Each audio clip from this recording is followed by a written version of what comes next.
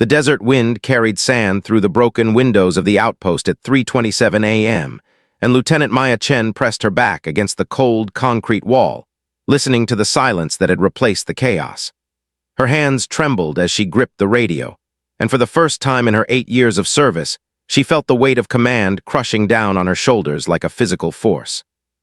3 of her soldiers were trapped in a building 200 meters away, cut off when the ambush scattered her patrol across the hostile village, and the extraction helicopters wouldn't arrive for another 40 minutes. She keyed the radio with shaking fingers, her voice barely a whisper as she tried to reach Sergeant Torres, Corporal Wei, and Private Jackson in the besieged structure across the dusty plaza. Static answered her, then Torres' strained voice broke through, calm despite the circumstances, reporting that they had limited ammunition and one entrance they couldn't properly defend. Maya closed her eyes, calculating odds she didn't want to face, knowing that leaving them meant certain capture or worse, but going back alone violated every tactical principle she'd ever learned. Before we begin, tell us in the comments where in the world you're watching from. The mission had started routine enough at 2200 hours the previous night. A simple patrol through a supposedly cleared village to check on the local population and gather intelligence about recent militant movements in the region. Maya had led her 8-soldier squad through the narrow streets with practiced caution, their night vision equipment turning the darkness into shades of green as they moved building to building. Everything changed when the first shots rang out from 3 directions simultaneously, a coordinated trap that split her team as they scrambled for cover. And in the confusion of the firefight, she'd made the agonizing decision to fall back with half her squad, while Torres led the others to defensive positions in what looked like an abandoned school. Now Captain Richards' voice crackled over the command channel, ordering her to hold position and wait for the extraction team, his words making strategic sense but feeling like betrayal in her gut. Maya acknowledged the order with a formal "Roger that," then switched off her radio and looked at the 4 soldiers with her, young faces smudged with dirt and fear, looking to her for answers she didn't have. She thought about her father, a veteran who'd always told her that leadership meant impossible choices, and she thought about Torres, who'd saved her life in Kandahar 3 years ago when an improvised explosive device had left her dazed and bleeding. "I'm going back for them," she said quietly, and before anyone could respond, she checked her remaining ammunition, 2 magazines, maybe 60 rounds total, and studied the moonlit plaza that had become a killing zone. Specialist Kim stepped forward immediately, a thin woman from California who'd been with Maya since her first deployment, volunteering without hesitation despite the tears streaking through the dust on her face. Maya shook her head, ordering Kim to take command of the remaining soldiers and maintain their position, knowing she couldn't risk more lives on what might be a suicide mission, but unable to abandon her team to an unknown fate. The sprint across open ground felt like running through water, every step seeming to take forever while simultaneously moving too fast, and Maya kept expecting the crack of gunfire that would end everything. She zigzagged between abandoned market stalls and a burned-out vehicle, her heart hammering so hard she could hear it over her own breathing, and somehow she reached the shadowed doorway of the school building without drawing fire. Torres nearly shot her when she came through the door, his weapon trained on the entrance until he recognized her silhouette, and then his professional composure cracked just enough for her to see the relief in his eyes. "You shouldn't have come back, Lieutenant," he said, but his voice carried gratitude that made the risk worthwhile, and Maya moved past him to where Wei was tending to Jackson's shoulder wound with field dressings already soaked through with blood. The private looked pale but managed a weak smile when he saw her, joking that he'd hoped she'd bring pizza if she was coming back anyway, and the absurd comment made them all laugh quietly in the darkness. Wei reported their situation in clipped medical terms. Jackson could walk but couldn't fire his weapon effectively.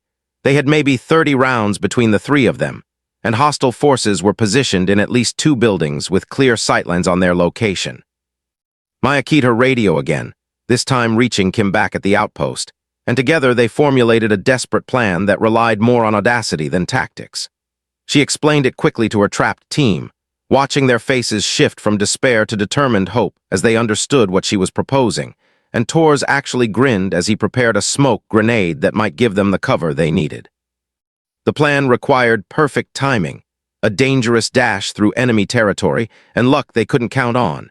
But staying put meant waiting to be overrun when the hostile forces gathered enough courage to storm their position. At 3:58 a.m., everything happened at once. Kim's team opened fire from the outpost, creating a diversion that drew attention away from the school while Maya popped smoke grenades that filled the plaza with thick gray clouds. They moved as one unit through the artificial fog, Maya taking point while Tors and Wei supported Jackson between them, and the world became a nightmare of shapes in smoke and the zip of bullets passing too close. Halfway across, Jackson stumbled, and they all went down behind a low wall as gunfire intensified, and Maya felt the hot sting of fragments across her cheek as rounds impacted the stone inches from her head. She made eye contact with Tors, seeing the same calculation in his expression that she felt in her gut. They weren't going to make it at this rate, not with Jackson slowing them down and the smoke beginning to clear. Then Wei did something unexpected, standing up fully exposed and firing her weapon in controlled bursts toward the nearest hostile position, drawing fire deliberately while screaming for them to run. Maya grabbed Jackson and pulled him forward with strength born from pure adrenaline and fear, Tors adding his own covering fire as they sprinted the final 50 meters, and she refused to look back even when Wei's weapon went silent, because looking back meant stopping and stopping meant dying. They crashed through the outpost entrance at 4:06 a.m., and Maya immediately tried to turn back for Wei, but Kim and Tors physically held her as she fought them, her professional composure finally shattering as she realized what Wei's sacrifice had cost. She'd lost a soldier, failed to bring everyone home, and the weight of that failure made her sink to her knees as tears cut tracks through the dirt on her face. Kim pressed the radio into her hand, and Maya heard Wei's voice, breathless but alive, reporting that she'd found cover in a drainage ditch, and could she please get some support fire because she'd really like to not die tonight if possible. The relief hit Maya like a physical blow, and she was laughing and crying simultaneously as she coordinated Kim's team to provide covering fire while Tors made an impossible dash that brought Wei back alive, injured but whole. When the extraction helicopters finally thundered overhead at 4:43 a.m., rotors beating the air like mechanical thunder, Maya helped load her team aboard with hands that had finally stopped shaking. As they lifted off into the pre-dawn darkness, Tors leaned close and said something she'd never forget. "You came back for us when you didn't have to. That's what makes you worth following." Maya looked out at the desert sliding away beneath them, the village becoming toy-sized in the distance, and she understood something her father had tried to teach her years ago. That real courage isn't the absence of fear, but the choice to act despite terror turning your insides to ice. She'd cried over the radio when she thought she'd lost her team, broken under pressure that would have crushed anyone, but she'd also reloaded her weapon and gone back into hell because leaving them wasn't an option her heart could accept.